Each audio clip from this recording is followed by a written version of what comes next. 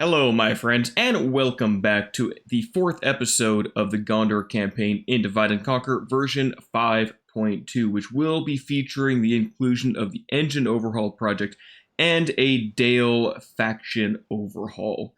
Now, that is not completed yet at this time, so I'm not showing a campaign for Dale, but when they are, I would love to play the new Dale campaign when that is in a ready state. For now, it's pretty much the same as the existing Dale campaign, just with new units, so it's making progress. Anyway, we're pretty much at an end turn here, actually. I finished out the last turn and checked all my construction. I only have 400 gold. There's not much I can do. I think I will keep this spy in the south, because I do think it's time to expand into either Ostathil or to the castle over here. I think it's Gelebrin. It's somewhere in the marshes. And I do want to add a little bit more of a challenge. So yes, I will be spreading myself out further, but I think it'll be an interesting change. And so far, there's not much going down in the southwest. And it may help Dol Amroth if we can quell some of the Candish hordes down here. Though it will be difficult without having, the territorial guardsmen in my armies. But if I put them in the castles par my restrictions, I think it'll be alright. Now, I will apologize. I've been really slow at doing replies to the comments on the latest videos. You guys want trade rights for money? How about no? How about you give me trade rights? And you give me money. I want money for that. Let's give 500 gold, shall we? Well, they don't want it. Anyway, like I was saying, I do plan on getting back to comments soon. I'll probably try to knock those out today or tomorrow, since I have been pretty sluggish at it.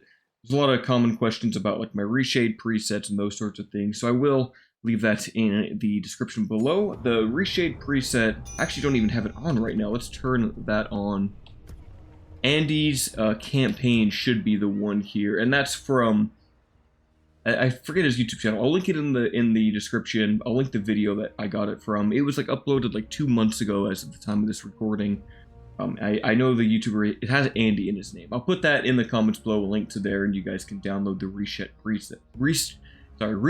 presets that are on there. The mods I am using are Reshade and then Freecam for battles. Herad's leader is dead. That's unfortunate. Ostathil, if we take that, oh, we get 2,000 gold. Well, that's actually awesome because I wanted to go take that anyway. So with 2,000 gold, we could instantly start making some improvements to that castle. Now, we will note the UI has bugged out again here at the start of the campaign. That is something that is going to be fixed, but it will be impacting my recordings. Don't mind that, though. It's just a small bug that will be patched out over time. A lot of construction is done. New family member Oradreth got a farming advisor. That's actually great because if we can get more farming here, we're going to see bigger incomes. Like we're getting 388 up to 452 on a poor harvest with crop rotation. So it'd probably be a good idea to maybe get the Master Mason's Hall, then crop rotation, and just really make Oradreth like a high population city. Tempting to go for that now, but the fact that it takes 6 turns makes me want to go for the Master's Hall. I see anything that takes that long, and I'm immediately thinking I need to reduce that farther, because that is a long time. And Pelargir will be a settlement that I definitely plan on improving over time. Rolling the Fat as a guard dog, that's good for its extra security. We'll want to make sure we transfer that later to Eorthorn when I want to use him. And Dervonen got a dwarven friend, so that'll help with the mining income that we get here in Ethering. What are we going up to? 408, so not a huge change at the moment, but still it helps. It definitely helps. As for that construction report, Mason's Guildhouse is done in Langeland, so it is now time to fully invest in trade in this region. Roads would give a little bit. Probably would be a good idea to get the shipwright, since the port only allows us 1 trade fleet, but the shipwright will give us, oh yeah, 300 more gold. That is worth it. That's pretty much all of our money, which is a lot to be spending this early. Everything else, Parasas finished its governor's quarters, so soon we'll be able to get the barracks over here, though I think I need the next level of the town hall before I do that. Enedwythe and Dunland are at war. That is good to see. I think Enedwythe didn't have any factions it was at war with before, which means that we can now probably safely send our armies up to Isengard to try to take Balorn. They seem to have failed to take Kirith Eor, but they did weaken the garrison. So I will take this opportunity to send Denenian and Hirluin up to the north, and we'll try to make our way up to Belorn up here and capture that so we can get these very nice gold mines here. And that's going to help our income in the far west. We also have some extra Blackroot Vale archers that I should send to reinforce these lines, and this will be a solid army. Hirluin now has 5 command stars out on the field, and someone had mentioned a question about, for example, Huron only has 3 in a city, but if I take him out of the city, he then should have 4, actually he has 5 command stars right now. So I will use the field level command stars when deciding on their army size. He does get a modifier when he's attacking or defending, so if I do an attack, he should have 6 command stars. I will not use that. I will use the 5 that he has here. And I think it's something about being a governor that lowers his command stars. It's one of these traits here. It's probably the governor one. If he's in the city, he goes down to 3. But that is totally fine. We use the field command level for all future battles. We will have a short battle here. Captain Danmuz is trying to make his way sneakily to Caer Andros. And the question is, do I want Boromir's forces to take this castle? I think he would be a great candidate for it. It's also tempting to try to take Minas Morgul a bit earlier, take the Tower of the Moon, and really choke point Mordor here, so that then I can more safely hold them at the Black Gate, take this castle, and easily defend down here. But I feel like that's just, it's very cheesy to me to hold this city. I think it's more fun if we kind of spread ourselves out a little more, make things a little more challenging than I'm already making it for myself. And plus we also have these reinforcements. Amphalos pikemen, my strategy with them is to have them aid in the southern castle defenses, since they can help with the Easterlings, or sorry, no, the Southrons and Khand. Oh, hello, Khand. They actually have reinforcements down here. Corsair Raiders, Marauders, Yeltig. So they do have a small force down here, but if we can maybe push down to Houndhunter, that will help Dolemroth focus more so on going south instead of spreading to the east. And I think I really want to send, even though I like to have Huron over here at Caer Andros, and he's a good spear defender, he's probably my best for fighting against Khan because he is a spear general. If I send someone like Faramir down there, Faramir is just going to get charged to death. Like one cavalry charge from like a nomad horseman, it's probably going to kill Faramir if I'm unlucky. Huron though, Huron could definitely tank it. For right now, Faramir will just have to aid in the eastern defenses. So Hirluin has 5 field command stars. We will take these Lebanon Marines in his army. I will then move these 3 units to his army, and he has 5 of the 10 units he can have in his retinue. So we will have to recruit more over time. But for right now, he will make his way down south to besiege this settlement. He has been given and entrusted with a unit of Fountain Guard. Now that does make us pretty weak on the front lines here. So really what I want to do is get more militia just to hold the city, since I can do that. So I think a territorial guardsman here in East Osgiliath would be a good call, and maybe one in West Osgiliath, so we can then send 4 along with that farther up the front lines. I've pretty much ran out of my recruitment possibilities in Minas Tirith, other than militia units, so it's good just to grab those in the front lines. It's like 14 turns until we can get more fiefdom units, 9 turns from some Pinithgalen cavalry, but 4 turns for another Fountain Guard. And soon we'll have that Mason's Guildhouse done. From there, I can build that Steward's Hall and then get the proper barracks running. To grab a little bit more money, I will fight Captain Danmuz over here with Boromir. Should be a simple fight. Southron Warband, Orc Host, Orc Archers, and Morannon Guard. And I just realized I'm actually not running my Freecam, so I'm going to turn that on right now. So now we should be good to go. There we go, that's what I'm talking about. I have learned something about the controls. If you double-click on a position on the map with Freecam, it seems to work just fine for teleporting around, though sometimes it does kind of lean you in a strange orientation. It's a little finicky, but it works better than what I was trying before. The minimap can be a little janky with these camera controls. I'm not too concerned about formation here. Probably grab these 2 Athelian Rangers, put them on the left flank there. Again, Trebuchet, it's just here for visual display. It really hasn't done a ton of damage in this campaign. It gets maybe 80 kills typically per battle, but honestly, that is okay with me. We're going to spread out these Gondor archers in the back line, while Boromir probably takes the front with his regenerating bodyguard. Now, we are running a little bit low on our Emeraldian Squires, only 34 of them. They carried many of those battles in the previous campaign, but they are still going to be very, very useful. I'm going to try to watch my Ranger micro a little bit here. If we get any lucky shots, I don't think we have any kills. 2% though, right on the Orc Archers. That's actually a really good target. Try to get these Athelian Rangers in range of the Orc Archers, since they're the only real threat. I mean, Southron Warband do have, like, what, 7 attack? Yeah, 7 attack for spears. Oh, I did that double click thing. That is something that's a little funky, so I do apologize about the camera there. But I do think it's nicer just to be able to get really down into the combat like this, have that free rotation that you normally don't get, that smooth mouse control is something I really, really value.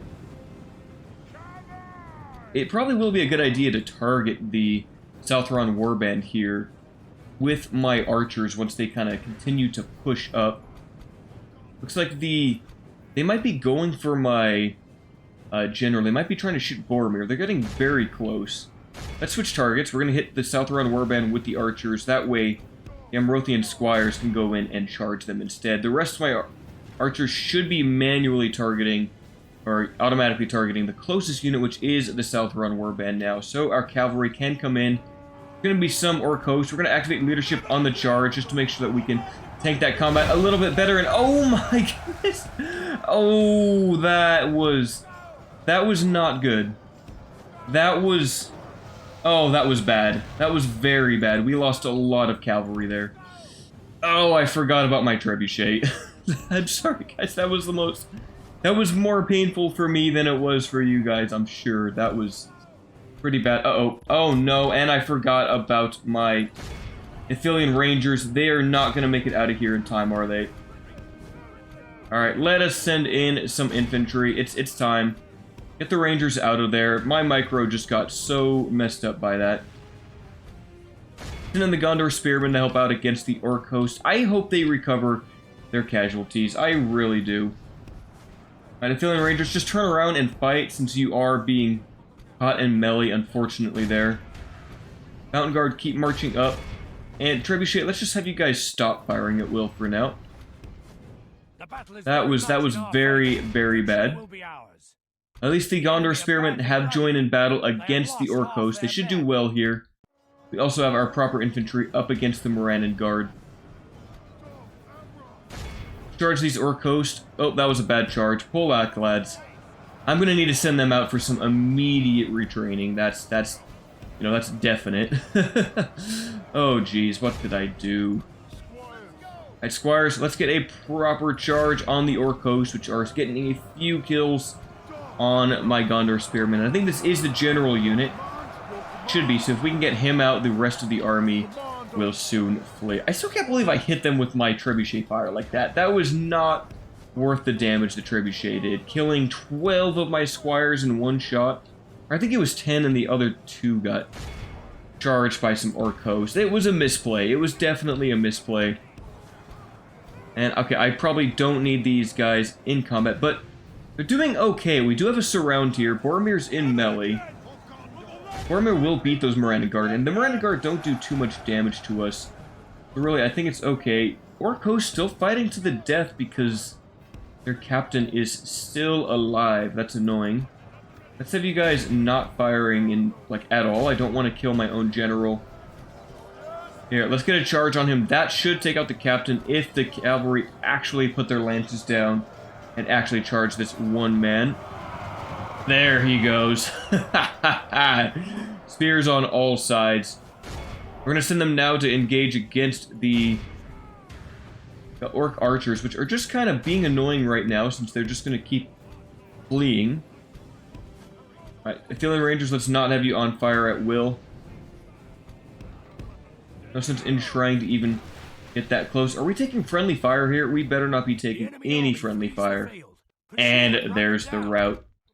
Alright, let's try to get a little bit of money. Maybe, I mean, every time I've tried to ransom Orc troops, Mordor just says no. Every single time. But it's still worth it, because even if they don't take the ransom, we still kill the army. And this is such a small force that I'm not at all bothered about that. I'm gonna keep chasing those Morannon Guard. We might as well get every single one and end that battle. Now, hopefully their casualties did heal. Oh, we only got 2 to heal from that. 10 there, 8 by friendly fire. That was a rough one. I need to be more mindful of what my artillery is doing. I was hoping I could just sweep in there, shoot the archer, or charge the archers to get them to not fire at my own lines. But I need to have more faith in the armor of Gondor. The shields and the plate mail will keep us alive against these very weak orc archers. Only 300 gold. Again, they're not going to take it. They might not ever take it. It is still worth the attempt. Now, 26, they're not going to do a lot, but maybe we can get a way station up here, and maybe they're a way station unit. I really don't know for sure. But let's just go ahead. Oh, hello! Mordor had more forces hiding in the trees here that didn't want any of Boromir's smoke. It might be time to get another unit in the front line. Perhaps these territorial guardsmen can go to Caer Andros. So we have 2 in Caer Andros now. I don't have any more money to train a secondary unit, which is unfortunate. The only thing that we have left is like some Penethgalen cavalry at Minas Tirith, which isn't ready for retraining. But honestly, I might just need to grab these militia, throw them in the forts, and use them as defense in these sieges. Now, I can, of course, in my rule set, sally out here. And what I need to do is I should put that rule set in the description. But for those of you, if you haven't caught in or you're joining at this episode, essentially the rules are that I don't use militia units in offensive armies. So basically that is these 4. Gondor Cavalry Militia, Gondor Militia, Territorial Guardsmen, and Archer Militia. So I may use these in a garrison, and I may sally out of a settlement with them. But for example, this army by Hirluin, which is going to capture Ostathil, restriction is that those offensive armies only contain proper military troops. So those I consider professional soldiers. Those I consider all of Gondor's fiefdom units and their mainline infantry and elite. So Gondor infantry, spearmen, archers, and cavalry. Gondor Citadel Guards, Fountain Guard, pretty much all these fiefdom units, Axemen of the Sarnaut, Gondor, proper Gondor Cavalry, the Gondor Knights, those I consider military units, the rest we consider as town guards. So Territorial Guardsmen, Gondor Militia, those are simple guardsmen or police forces, so I may not use them, say, in Human's army. Now they may migrate on the campaign map, they may go to other settlements, they may go to forts. However, they may not lead an attack themselves, and no captains may do an attack either, but they can reinforce on the battle map. My armies are also restricted by the command stars of my generals on the field.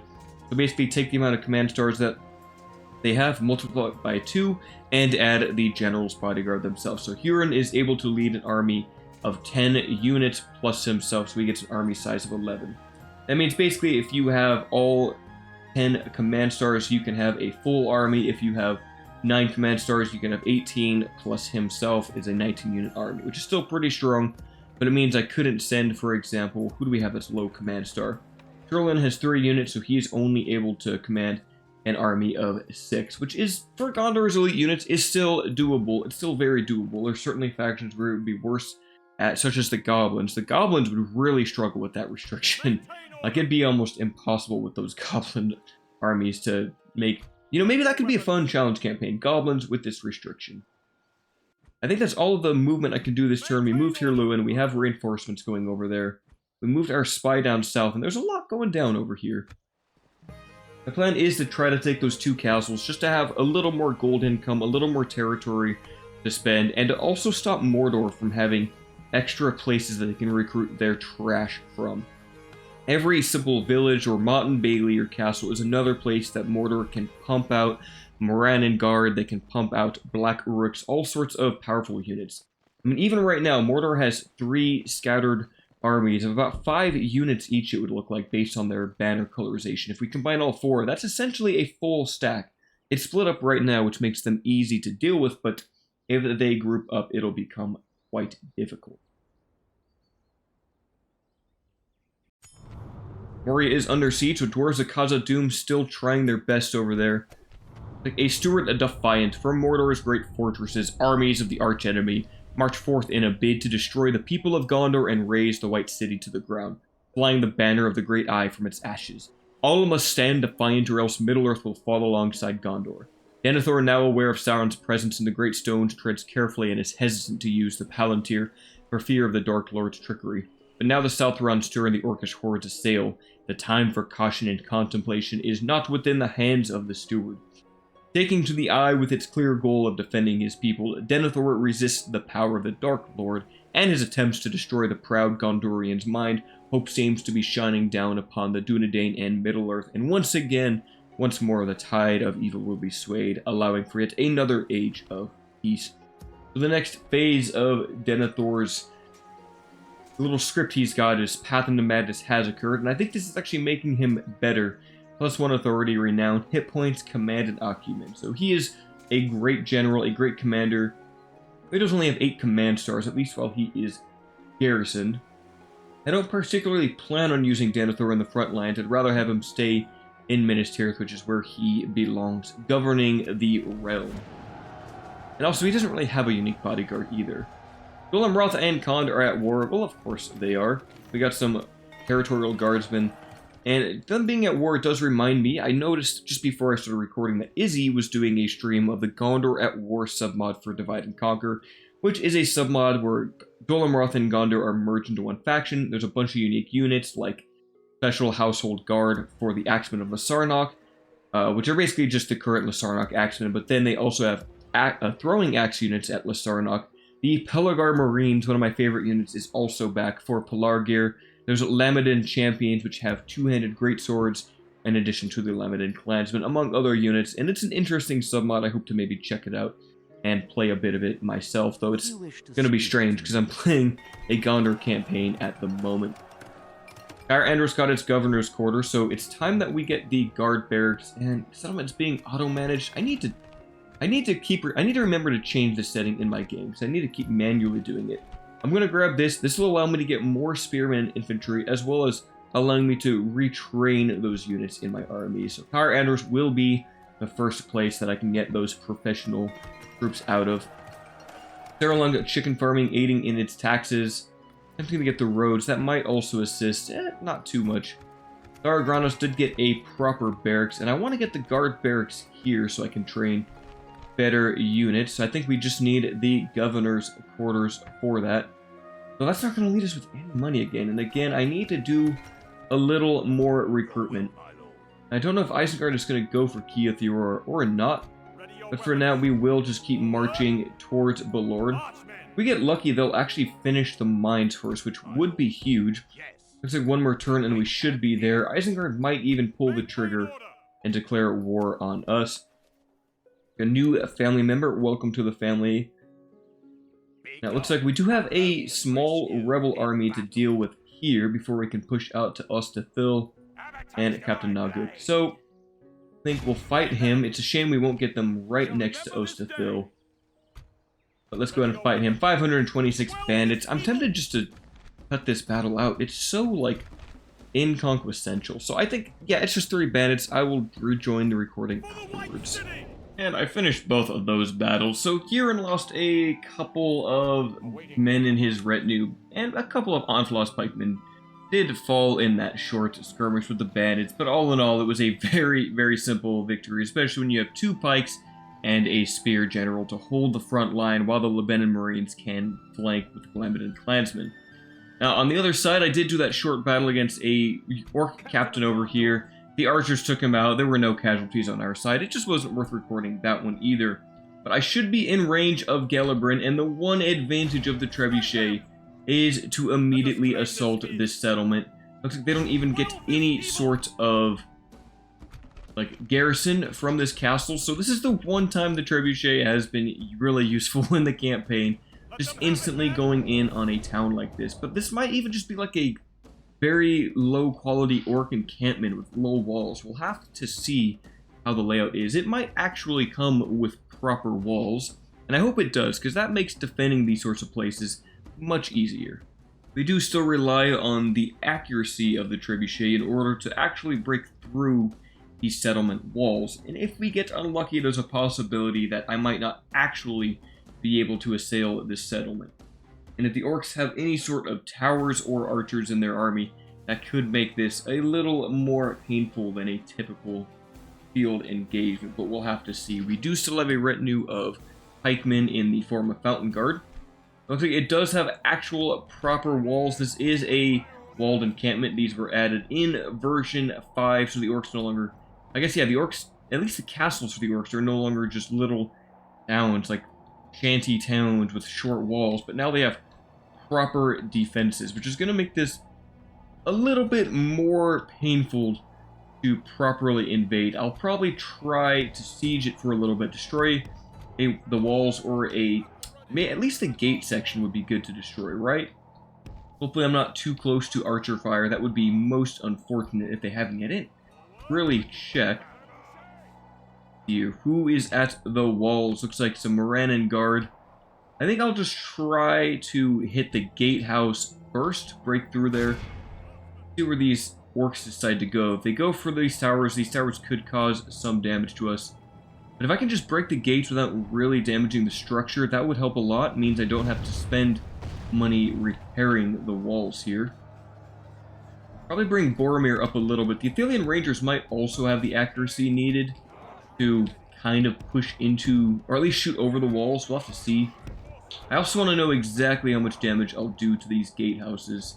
Morannon Guard, and who is left? These, like Orc Host, but we are already taking Tower Fire.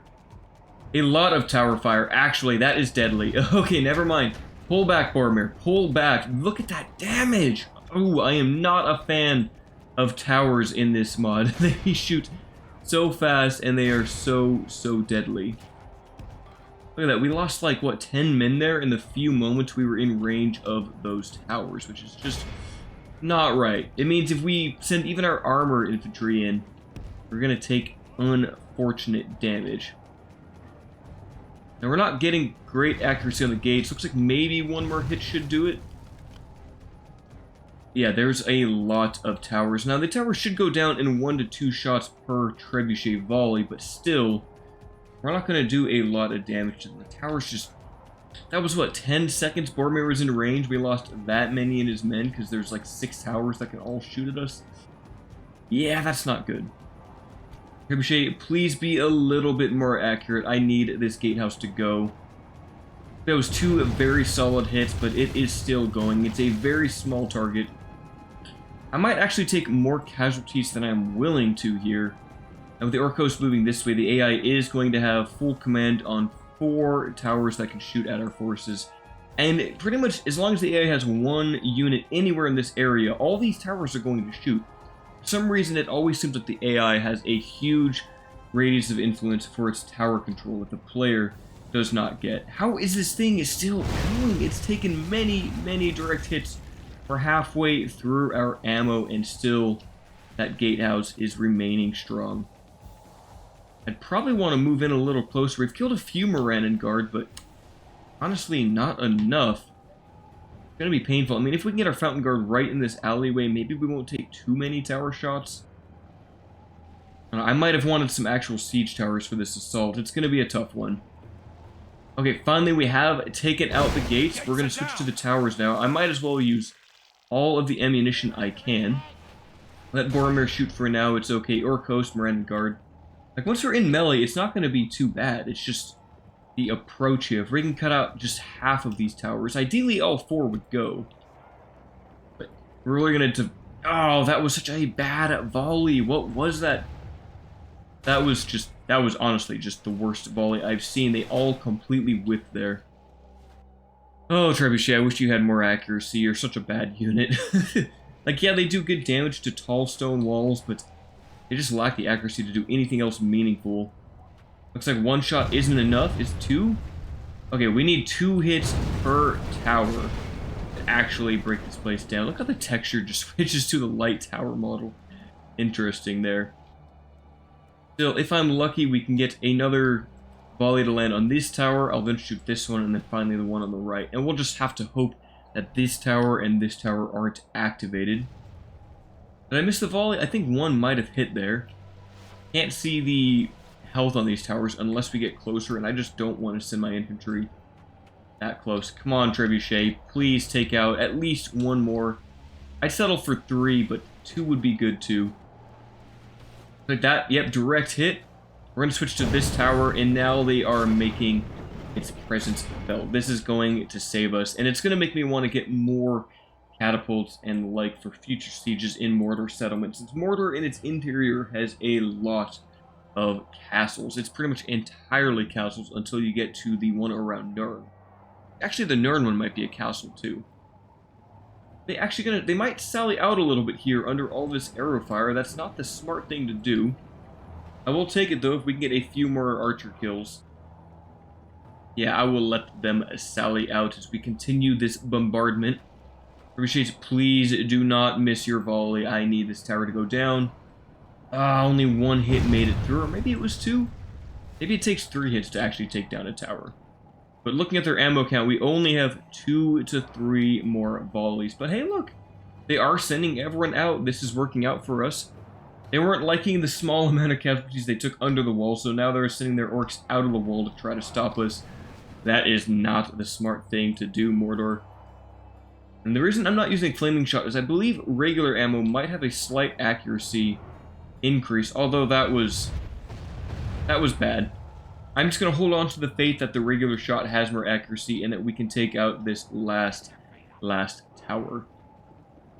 And the orcs encroaching on our position will allow the regular Gondor archers to shoot at them as well, meaning they're going to take a lot of damage. Gravyshade's going to fire its last volley. I mean, we could shoot cows, but I don't think cow corpses are going to take out these siege towers anytime soon. Okay, yes, we did it. We did get the last tower that I wanted to shoot. We can't even target the towers with the catapult, so we're not the catapult, the trebuchet. I'm just gonna hope now that the cow carcasses might get a kill on our enemies here. We'll have to see. I think they might fully sally out here, which is to my advantage since we are just gonna shoot them to death. Quite the riveting battle, I know, but I don't want siege towers to just obliterate my forces, and I will play the cheese out a little bit here. There goes the cow corpses. Looks like that one actually hit an orc dead on, taking him out. I believe the cattle has the lowest area of effect in the mod. I believe it only can really kill a unit if it manages to hit them directly, which it is not currently doing, but it will cause some fear to the orcs that we're fighting. And look at these orcos just getting absolutely pin-cushioned by all of our archers right now. Not as many are dying as I would hope. They might have some armor upgrades here, or our archers might be too accurate for their own good, as they are consistently hitting the same frontline targets. And even when a model dies, it can still absorb arrow fire before the models behind it do, which is kind of one thing about Medieval 2 that's probably a bit more realistic than in future Total Wars like Warhammer Total War, where in Warhammer, every archer unit pretty much has perfect accuracy. Even shooting up and over obstructions like walls, they will pincushion anyone. Like, there's a video from some TV series where like these Vikings land on a beach and one of them steps out into some tall grass and gets pincushioned by hundreds of arrows. And that's pretty much what it's like to play modern Total War. All your archers are just deadly, precise, accurate. But in Medieval 2, they, some of these shots are still missing, even though we have good archers. We have Athelian archers and Gondor archers. But if a model gets hit with the arrow as he's dying, he will absorb those volleys, and units behind him will be shielded by that body. But that doesn't happen in modern Total War. It seems that when a unit dies, its collision is just gone, and he cannot protect his comrades from other volleys. Well, look at all the arrows on the ground here. I mean, that just shows you the precision these guys have. It's kind of in the same area over here. Are they really just gonna... Yeah, they're just gonna take all of our arrows, aren't they? Well, at this point, I might as well just put it on ×6 while we just cheese the heck out of this battle. I know it's not the most riveting. Alright, archers, go into melee. I don't even care. Activate the leadership. Someone's at my door. My dog might bark in a second. He's in my lap. He's growling. I am trying to not have him bark here on video. So please be quiet, buddy. Looks like the mailman has just dropped some stuff off. I don't know, some of you guys might cringe at my strategy of sending Athelian Rangers into melee in a frontal charge like this, but honestly, we are so close to routing them that I just want to really eliminate their morale. Come on, they are wavering. We might lose a few auxiliary veterans, but they will replenish. With the Fountain Guard in there, yeah, they're not long for this battle. Send the squires in. I'm gonna get the cleanest charge. There are rocks in the way. I need to come out from the side, but they might break before that. There they go. Now, we don't even need to finish that. Let's just end the battle. We lost 11. Looks like that was all... No, yeah, it was all just Boromir's retinue, but they did heal 3 of the 14 casualties. But yeah, those towers just... They machine-gunned Boromir down way too quickly. I saw that, and I wanted no part of that engagement. Which does mean it would be helpful to get more catapults to deal with those towers. Towers can get thousands of kills per battle, and it makes defending these places really easy. Really, really quite easy. Thankfully, that does allow us to have one more castle. Hopefully it has decent income, and it was worth the occupation. This simple occupation does have mines, building grounds, simple barracks, and a way station. That way station looks like it will allow us to get some retraining here, which is huge. It'll take us some time to get that rolling, but that will allow Boromir's retinue to retrain out in the field. And perhaps that is one advantage that we have, even though our units, mostly are coming from the fiefdoms right now. The way station will allow us to get replenishment out in future campaigns. Over here in Gelebrin, we probably want a meeting hall. We need to get 2 things here. Culture, which is going to be huge, and free upkeep and some proper units. If I can get, like, you know, some culture would probably be the biggest thing. I think actually grabbing the library would be better, and then a meeting hall. Since we do get free upkeep and a recruitment slot with the castle upgrade, a library into a meeting hall would probably be the way to go here. Now, do we get any sort of boon for having a level 3 culture building? Where is that? Education. Just a public order due to happiness is all we get there. Some might give other bonuses like a melee weapon bonus or something else, but we don't get that as Gondor, unfortunately. I still have a 2100 gold. It's very tempting to get this governor's quarters. Yet also, we do have a full stack here, and I think grabbing the militia that I can grab here would be the better call. And also siege us to fill out. Engaging it might be hard. It is a proper castle, so this will probably be a long-term siege. We won't really plan on building equipment. Maybe we'll build some towers. It's always good to try to get like the engineering upgrade on, you know, your generals, because that'll allow you to build more in a shorter time span. Let's just send our spy a little bit more south. We're going to need him down there. There is Yiltig. Looks like they beat out the bodyguard, or like the captains of Dol Imra. So we do want to help them down in these regions. 2100 gold. We could get Gondor militia in East Osgiliath. How many free upkeep slots do we have?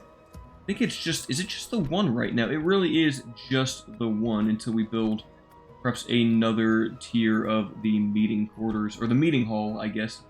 Rebuilding this place could also be good, but that's going to take a very, very long time at our current population levels. It would look nice, wouldn't it? You are a fortress, so you have 2 plus 2. You have 4 free upkeep slots, so really I should just grab both of these units here at West Osgiliath, finish out the police force that we have there, and they can go in to join East Osgiliath as needed.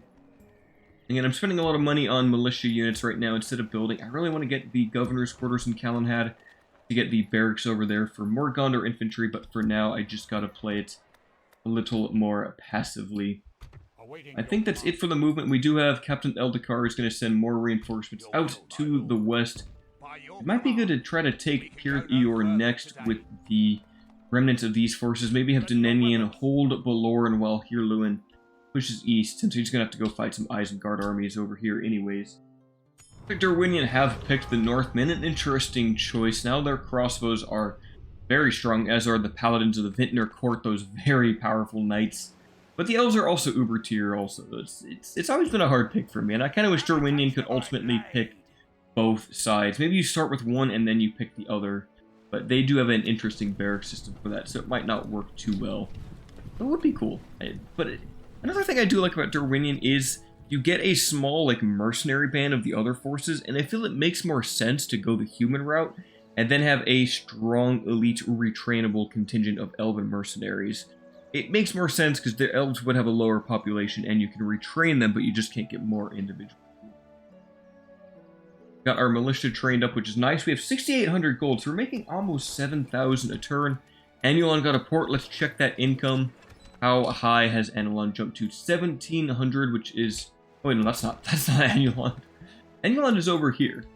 That is helping a lot, though. We are still suffering heavily from corruption, but that will boost Dol Amroth's trade as well. 2 more turns for Longalen to finish their port.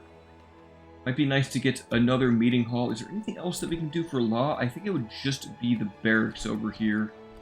I mean, we can get the governor's quarters. That's going to help too. Reduce it by another about 50 gold there if we grab the governor's quarters. Interesting how it saves you money like that. And as Duin here gets better at being a governor, he will restrict that further. But let's hold off for right now. I do want to invest more at Calenhad. If we get those governor's quarters and the barracks, that's going to be huge. 4 more turns for the barracks at Caer Andros, and Minas Tirith is 1 turn away from finishing its Mason's Guild House.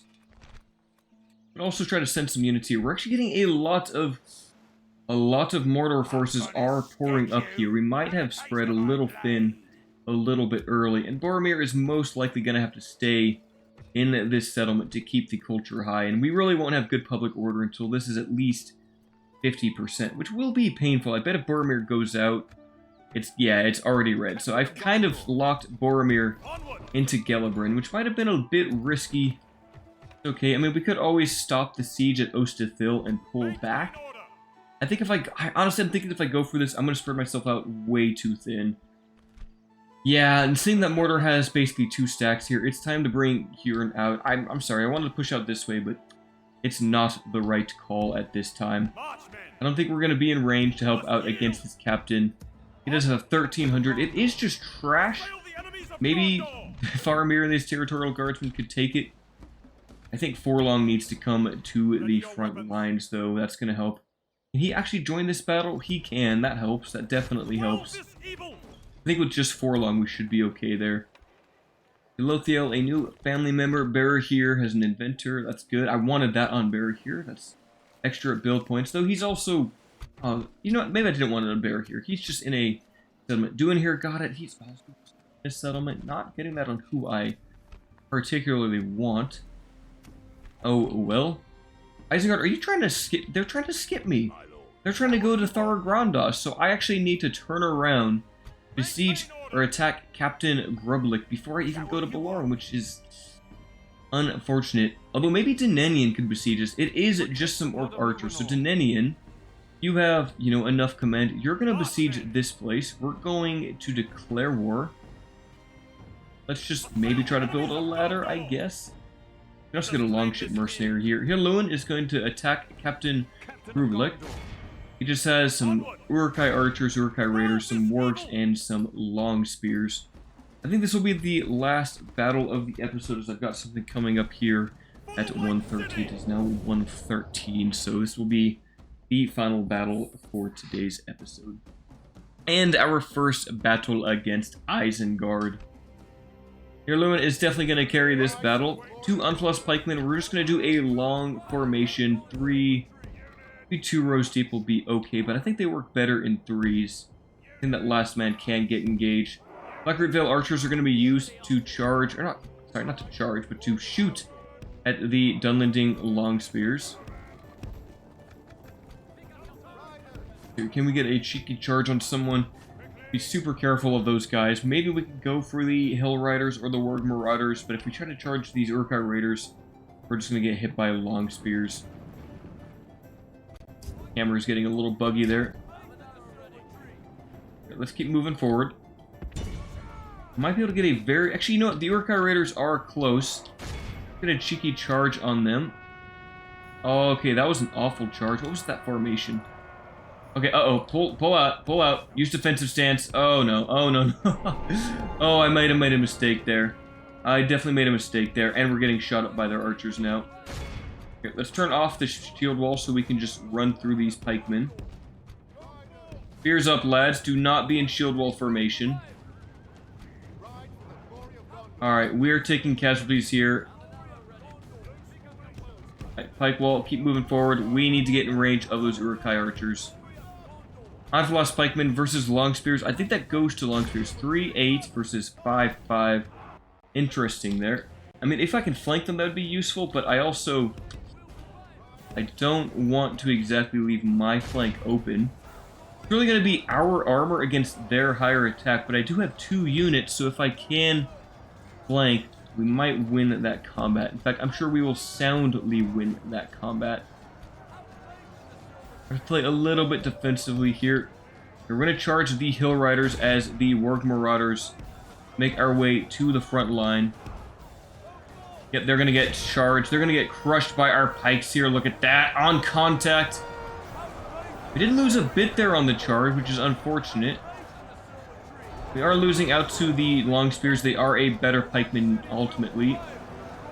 The Riders taking some damage. Let's take care of those Uruk-hai archers now. You guys shoot at the Hill Riders. Which we are getting absolutely crushed here. This is not good for us. We did slay their general. This is good news. Very good news. I'm going to turn these pikemen out onto the pikemen of Dunland, since we are losing that very, very badly. Shooting these Hill Riders point blank. They'll get a few kills on the charge, but not too many. There we go. That's what I'm talking about. Start sticking it into their backs, lads. Gosh, our Onslaught's pikemen just absolutely had no chance there. I might have been too wide. But now that we got a flank, look at the damage we're doing to the long spears. They're getting crushed. I really should have brought these guys in faster, but the AI was able to send their, send their units into us to intercept my pikemen before they could get that proper charge. So it looks like we did beat the long spears at heavy cost to our own Onslaught's pikemen. Still ultimately worth it. Ultimately, totally worth it. Hirluin taking out the last of the Uruk-hai archers. We're going to stay in melee here. And there they fall. The enemy army flees the field. We'll take... I'm sure Isengard might pay for a little bit of a ransom here. They might actually have some money to give us. Oh, but it does hurt. Basically going from 1 unit of Onslaught's pikemen down to... or 2 units down to 1 based on the casualties they took in this battle. But we are close to their retraining lands. So we can get more. 153 by them, these pikemen, suffering 91 and only inflicting 64. It appears the higher attack of the Dunlanding pikemen really gave them an advantage in that engagement. Our armor just did not save us. It meant nothing to the Dunnish pikemen. And try to ransom them for 200 gold, and they rejected again. Honestly, I shouldn't even be surprised at this point. No one wants to give us money. Well, at least now Hirluin can join the Nenien, and hopefully we don't get attacked by any other secret army in the shadows there. About 5,000 gold to play with. That's quite a bit, and I haven't spent that yet. It might be a good idea. Can we get the governor's quarters in Thar Grondost? Grab that, and then probably go for the barracks there, so I have another region that can train proper infantry. Kellenbell could probably spec out for more income. Anything on the front lines here? All of these settlements are currently building, except for West Osgiliath. Maybe I could grab some communal farming to aid with the population growth there. Just a little bit. Arisos could grab a grain exchange. That'll help out with the trade. About 88 more gold there. Totally worth it. Largir's doing well, and we do have a full fort down by Fanulon to defend our southern borders. Kellenbell, do I have anything left for you? I don't think I do. I mean, a leather tanner, but that's not really needed. It sucks that we're just leading Angbor there to basically be on policing duty, but hey, someone has to do it. Even grab a grain exchange over here, but we're going to lose a little bit more to corruption. So we'll save the money. We'll have 7,000 on the next turn to spend on our more important settlements, and we will need to keep investing in Gelebrin if we want that to be a proper defensive location. But that will be it for today's episode. On the next one, Boromir will probably sally out. We'll deal with Captain Ufthok, and Huron will have to do some offensive battles against the scattered Mordor captains here. We definitely need to get some cavalry out ASAP. It looks like, oh, we can retrain Pendragon cavalry. We're going to do that right now. Might even be worth it to get, like, the herbalist, or, like, the baths here. Maybe try to get some retraining cost reduction, since we do have a lot of retraining that's going to be going on here at Minas Tirith. Otherwise, that will be it for the episode. So until the next one, my friends, farewell.